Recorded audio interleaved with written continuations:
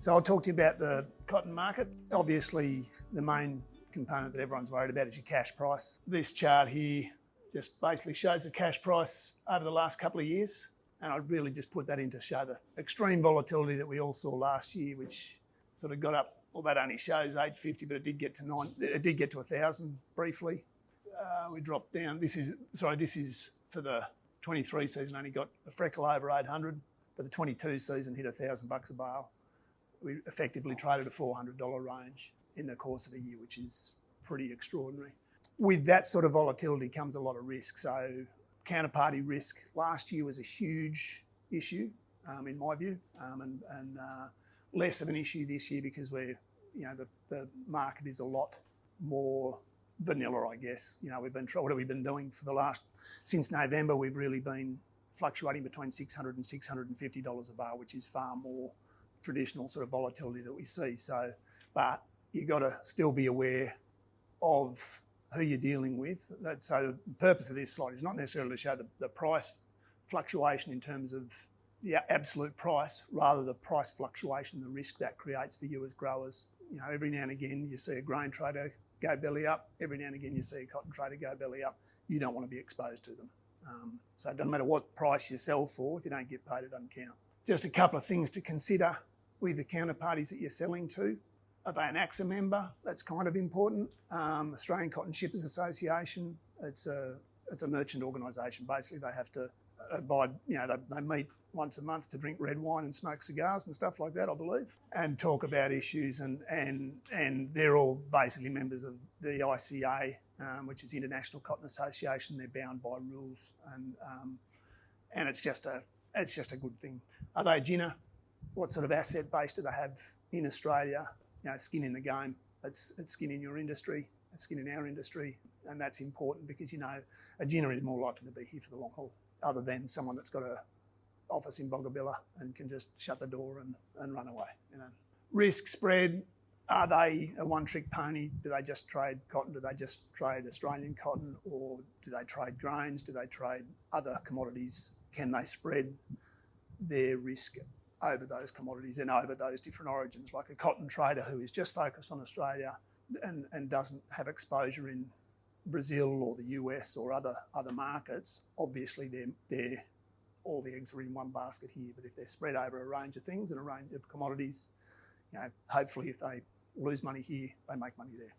Destination customer risk. Are they focused on, if you're just focused on Bangladesh, for instance, it's a market that's prone to defaults, that sort of stuff. If you're a merchant that's got exposed, there's not really anyone that's concentrated to that extent, but you want to just have an idea of the merchants that you're selling to, where are they selling their cotton, and are they spread into safe markets? What's their P&D sheet look like? We'll get into P&D sheets in a little bit, but P&D sheets, is everybody here, how many growers? Everyone's pretty much been growing cotton for a number of years. So is that fair to say, or new growers? New grower? Yep. Okay, so P&D sheets, it's a differential sheet. You sell your cotton based on it being a base grade. Renee touched on this. So base grade being colour, length, strength, or strength is not heavily discounted, and micronair. So it's there's a matrix there. Each merchant if you sell forward, then they will attach a premium and discount sheet to your contract, and that all of those premium discount sheets vary. So the key is probably to work out what your risk factors are. If you're a dryland grower and you've had some stress on your crop through January, February, maybe you've got some length or some micronair issues. So just compare your P&D sheets for length and micronair. If it pisses down rain in April, your risk is colour and maybe trash, maybe defoliation. So just have a look at those things, and if you're selling the spot market, so that's for the forward market. If you're selling the spot market, you can tender your cotton, which is a slightly different animal again, and I'll talk about that later down the track. Also with your merchants, just consider what their backing is, the pretty obvious sort of stuff, products, the people, and the underlying volatility in the market, and try to get a handle on what their positions might be, and that might be talking to a broker like myself is probably going to have a slightly better understanding of what an individual's merchant's position might be, because we're monitoring it every day if we're worth our salt. So that's just a bit about market volatility, merchant selection. Cottonseed's a big factor in your market, obviously, and not too bad at the moment. Like, we're looking at a big production year, 5+ million bales, and we've got cottonseed at $400 a tonne. That's pretty good. This is, say, 2015 through to now. Rarely do we get above $400 a bale unless we're in a screaming drought, okay? Cottonseed as an oilseed is not particularly expensive on the global market, but it's competing for an awful lot of elevation space and export capacity to get it out the door. You know, $400, $410 free in store at the gin is not a bad price, considering all the execution risk that the merchant has to, keep on getting excited, that the merchant has to take. So just be aware that the cottonseed becomes available through the ginning period. You're trying to fit a bucket load of stuff through a pretty small hole, and the market gets saturated for a period of time. So I kind of like March, April often isn't too bad a time to sell cottonseed. May, June, July, you start to get into supply pressure, and all that product has to find a home, and it does get to be a little bit congested. So if you haven't sold some cottonseed or done some ginning, now's probably not a bad time to be looking at it. What would you be, $35 gin for seed? So that's not bad money. Cotton quality. So these are just some examples of dry land recaps over different times and what it can mean to your bottom line. So for gentlemen over here, you can be looking at, this is just on fibre quality. So physical fibre parameters, not on colour. A little bit of short staple, not particularly short, a little bit short, a little bit of high micronair, $10 to $12 a bale discount. Pretty good cotton, everything's SMIC, you get bugger all premium, $4. More heavily stressed dry land over here, very short staple, the whole lot basically, $75 a bale discount. Last year, obviously, we had a wet harvest. There was some strict low middlings combined with that sort of stuff, and people were getting upwards of $100 and $150 discounts. Now that's okay if you got cotton sold at $1,000 a bale or $800 a bale, but if you got cotton sold at $600 a bale, it can turn it into $450 pretty quickly. $600 a bale is a pretty good price. P&D sheets, so that's where these discounts are derived from, and what we were talking about just before. This is your matrix. I hope you've all got your glasses on and are studying that. But normally they'll have a staple length listed across the top, these columns. They're horrible, less horrible, a bit horrible, pretty shitty, and okay, is effectively how that works. Down here you'll have micronair discounts, here you'll have strength discounts, and these bits, that box there is good, really good colour, awesome colour, good colour, middling colour, and then gradually worse. All the P&D sheets basically are in US currency terms. 1 US cent per pound is $5 US a bale, roughly $7 Aussie a bale. So putting it into plain language, short staple, that's your base grade staple. These are where I see your main risk areas. So unless we get a really wet harvest, which is probably unlikely this year, you're not going to get colour discounts. You might get leaf discounts. So 4 leaf is a leaf. If you've got decent staple, the worst P&D sheet will be somewhere around $40. Best P&D sheet will be somewhere around $20 discount. And the average of all the merchants' P&D sheets is about $33 a bale. So you can see there's quite a variance. And that's why I made the point earlier to check merchants' P&D sheets for your risk areas. In terms of staple length, just for $82 for the worst, $30 for the best, average of $50. So just take the time to look at them, particularly if you're a dryland grower, and particularly if your agronomist is telling you you've got some risky areas, whether it's 2,4-D drift that could cause something funky or whatever. Just be aware of where your risk lies and get a couple of P&Ds from the merchants that you're dealing with and look at them and compare them. And maybe when you go to deliver your modules to the gin, when you're picking, working out what you're delivering to the gin yard, because you've got to apply your contracts in contract order, So maybe just work out which modules you want to be ginned first to go onto which contracts, so that it's everything's hunky-dory that way, and you can save yourself massive issues, and potentially your worst, ugliest cotton, keep it to the end and tender it out.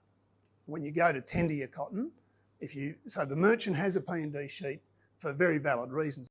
People will argue, and I'll be one of them at times, that the discounts are too steep. And often the discounts are too steep based on the spot market. But you've got to remember the merchant is often taking these positions. They're buying your cotton 1 year, 2 years, 3 years in advance. They don't know what the spot market is going to be at that further out, and they've got to protect themselves for a range of different. It's all about variability in the market. But when you go to tender your cotton, you'll get what that cotton is worth on that day, and normally it's going to be better than a P&D sheet. Basis, you hear people talk about basis all the time, and really basis is just price competitiveness. How competitive are we versus US cotton? How competitive are we versus Brazilian cotton? How competitive are we versus West African cotton? They're probably our three major competitors in the global market in terms of the key main exportable origins. So obviously, as we become more competitive, we'll win market share. We'll move into a range of markets. Through these periods where we were well above US cotton, well above Brazilian cotton, that's predominantly where we had massive market shares into China. China was effectively taking 70% of our cotton each year, and we were getting a premium on average of 4 to 6 cents over US, so 20 to 30 US dollars a bale, and up to 8 to 10 cents over Brazilian, so 40 to 50 US dollars a bale over Brazilian cotton. That is no longer the case. We're pretty much priced at parity, sometimes cheaper, depending on when we need to, how desperately our merchants need to move the cotton. It's actually not a bad thing because it means we've got liquidity. You can sell it. It all moves pretty quick, and we're not 70% exposed to one market. We're selling 10 to 20% to our major markets now, which would be Indonesia, Vietnam, Thailand, everywhere, Bangladesh, India, Pakistan, Turkey, the full gamut. But the crux of this is, in a normal year, basis might contribute $25, $30 a bale to our price volatility. Maybe $20 at the moment, maybe even less, because we've been pretty stable. We've been sitting at a pretty steady basis level for some time. So basis is kind of irrelevant. As a grower, focus on your decash price is my suggestion. Don't get too hung up on basis. Futures is probably the major determinant of our price volatility. In a normal year, well, every 1 cent a pound that the cotton futures market moves is $5 a bale US, $7.50 a bale Australian. Last night the market moved up 3 cents. Lo and behold, we're up $25 today. The night before it fell 4 cents. Work that one out. It's all over the shop, right? And in a normal year, it does contribute $70 to $100 a bale in terms of price volatility. Last year it was about 400, as I said earlier. So last year was just extraordinarily volatile, which created amazing opportunities, but also large risks. Futures are really reflective largely of US conditions. Is it dry over there? The futures are you can deliver US cotton into a warehouse against your futures market, so it's reflective of the US market more than anything, and also macros. So the last 2 nights of volatility have been almost solely and wholly due to the Silicon Valley Bank collapse and the subsequent US Federal Reserve bailing them out yesterday overnight, whenever it was. So the third component to pricing is the Aussie dollar, and it reflects pretty much everything. It's macros, it's geopolitics, it's the whole lot. It's iron ore prices. The only real thing you can look at with the Aussie dollar is a chart, because it puts all those things in together. And this is prior to the little rally the last couple of days. But if you look at this, is for the last year, in my view, looking at that, if I squint my eyes up enough, we're still in a bit of a downtrend. We've had a bit of a kick up the last couple of days to about there, but overall, it's kind of, it is a downtrend. It's tentatively tried to push higher here, still on its way down. Every 100 points the Aussie moves is roughly $10 a bale, roughly. And it contributes to, similar to futures, it can contribute $70 to $100 a bale in price volatility a year.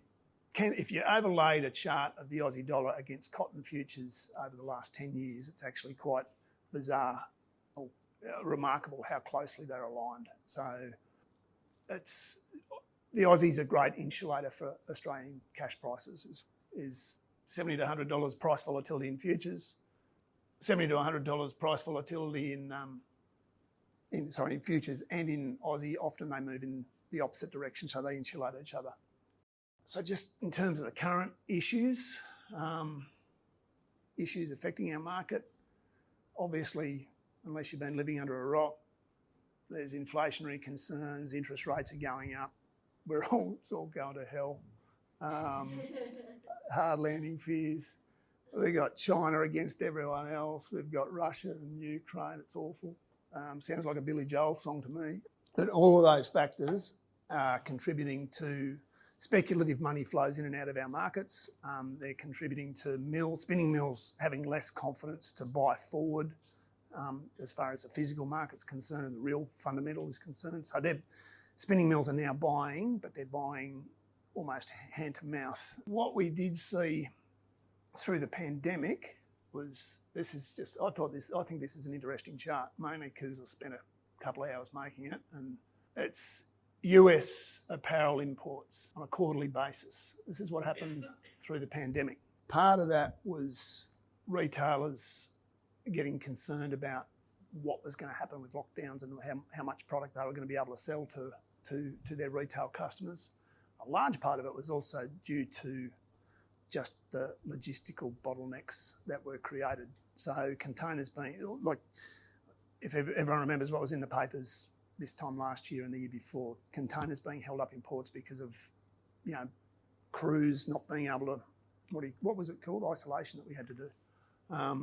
People having to go into isolation because they'd had COVID, less workers, everything slowed right down. Things just weren't arriving. So all of a sudden, imports into the US, which is a major global retail market, just fell off a cliff. Wholesalers were looking at warehouses that were devoid of inventory. They had nothing left. The pipeline was empty. All of a sudden, they began over-ordering. This is Q2, Q3 2020. The over-ordering is part of the thing that contributed to cotton going to $1,000 a bale here, because all this demand, this over-ordering, we thought it was actual real demand. It was just they'd ordered something 2 months ago that hadn't arrived, so they ordered it again. And then they ordered it again. And eventually that inventory built up. It got to where it had to go. And at the same time as the US Fed starts raising interest rates and the Wall Street Journal starts spruiking about recessionary concerns and we're in for a hard landing, and the wholesalers go, holy shit, we got all this stuff laying around, what are we going to do? There's going to be a recession, so they stop ordering. And we're starting to witness that now. They've stopped ordering, the stuff stopped arriving. It started to slow down. In the third quarter of last year, it fell off a cliff in Q4. Shortly, they're going to be looking at empty warehouses, because despite what the Wall Street Journal is saying and the US Fed is doing, retail sales are still healthy in the US, they're still healthy here. Maybe that stops when these interest rate rises really start to bite, but at the moment, everyone's still spending money. I spent $10 on this shirt three weeks ago, and $10 on the embroidery. Other issues that drive the market, obviously, are production side. US weather conditions are normally pretty critical for the market. Last year, obviously, West Texas had a screaming drought. US production fell off a cliff. That also contributed to high prices. The US, when we talk about West Texas, it's the main production area in the States. This area here is really where we're interested. And they're coming up to planting, so they'll be planting they're starting to plant now down in the south. May 30 is normally the date when you say that's US Memorial Day. If it doesn't rain by the US Memorial Day weekend, then they're in some pretty serious trouble. So it's still really got 6 weeks for the US to get some decent planting rain, but at the moment it's looking dry. Cotton prices versus soybean prices versus corn prices, there's an argument to say that US plantings will be significantly down just on price competitiveness factors, not just on drought conditions. So what we probably need to hope for is that A, it doesn't rain in the States for a couple of months, and B, cotton prices actually stay relatively, it wouldn't be bad if they stay relatively low for a little period of time relative to corn and beans. Then they just pick up through June, July, that'd be pretty good. Another market driver is global freight. As I mentioned before, the pandemic really created havoc with global logistics and supply chains. That's improved. Like you look at container freight, 12 months, 18 months ago, you're paying probably $2,000 a container into most of our major markets. You can fit 110 bales into a shipping container. So work that one out. It's not hard to work out the maths, roughly $20 a bale to ship it US. That's halved. Effectively halved to most markets. To China, it's dropped further again, but we're not shipping much cotton to China, so it's irrelevant. But we picked up probably $10 a bale US, $15 a bale Aussie just in the freight market, in the international freight market over the last 12 months. Other market drivers, so China said they didn't want our cotton 4 years ago. Soft ban on, so as I mentioned, we went from a 70% market share, or 70% of our cotton going into China to bugger all last year. That probably dropped 6 cents out of our basis, $30 a bale, 50 Aussie dollars a bale. There's talk now that they're coming back into they're tentatively buying a little bit of cotton. The last 2 months, 3 months, we've actually had some cotton get shipped into China, and Chinese traders are sniffing around at the moment. Not necessarily Chinese spinners, but Chinese traders. So that'll be an interesting one to watch. If China opens up and they end up taking 20% of our cotton, our basis, our price will improve to an extent. This is an old slide, obviously, from last year's Oscars, not this year's Oscars. When you're forward selling your cotton, just keep perspective of what your costs are. If you're hanging out for $800 a bale, is that really sensible if you've sold nothing and you know it costs whatever it costs you to, does it cost you $500 a bale to grow it? 600 to 650 isn't a bad place to start. If you've got some sort of forward position on, as many of you will have, from August and pre-August last year at $700 a bale and better, then maybe there's less urgency to add to that position until you can wait a little bit longer. The key is know what your costs are, know where the market is relative to your costs, cover your variable costs maybe, look at your whole profit, your whole enterprise profit, what you're trying to achieve, and just set yourself some targets. Be realistic. Is the market setup going to allow you to achieve those targets? How should you go about trying to protect that bottom line?